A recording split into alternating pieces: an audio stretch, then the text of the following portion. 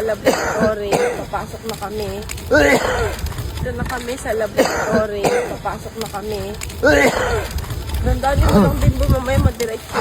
Dandali mo lang din mamaya madiretso. So ayun guys, nandito na po tayo sa laboratory habang ng pila. Ito kasi si daddy tulog-tulog pa yun. Tinangali na ng gising eh.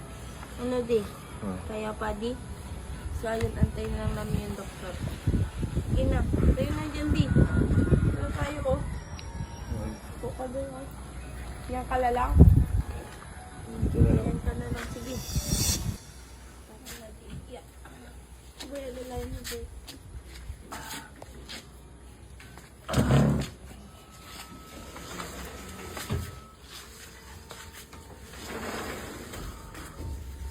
Okay, ako na po. Dito. Saan? Diretso na? Ah.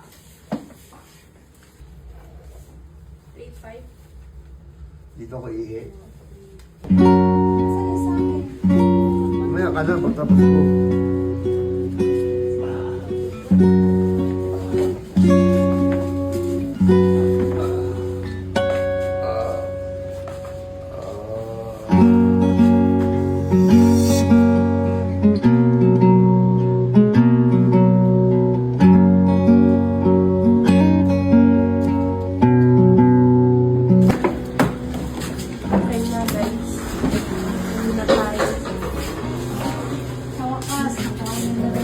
Nakuwala na si daddy ng dugo and antayin na lang yung resulta. Nakuwala na din siya ng ihi.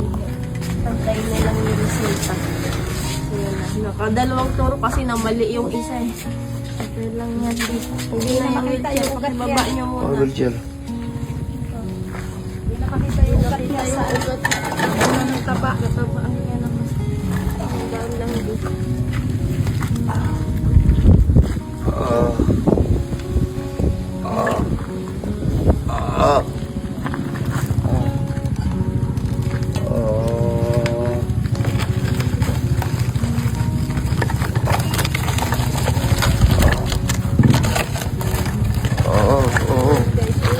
Guys, balikan na lang kayo yung resulta. Tapos pagbalik, doon na malalaman yung kung ano yung mga findings or mga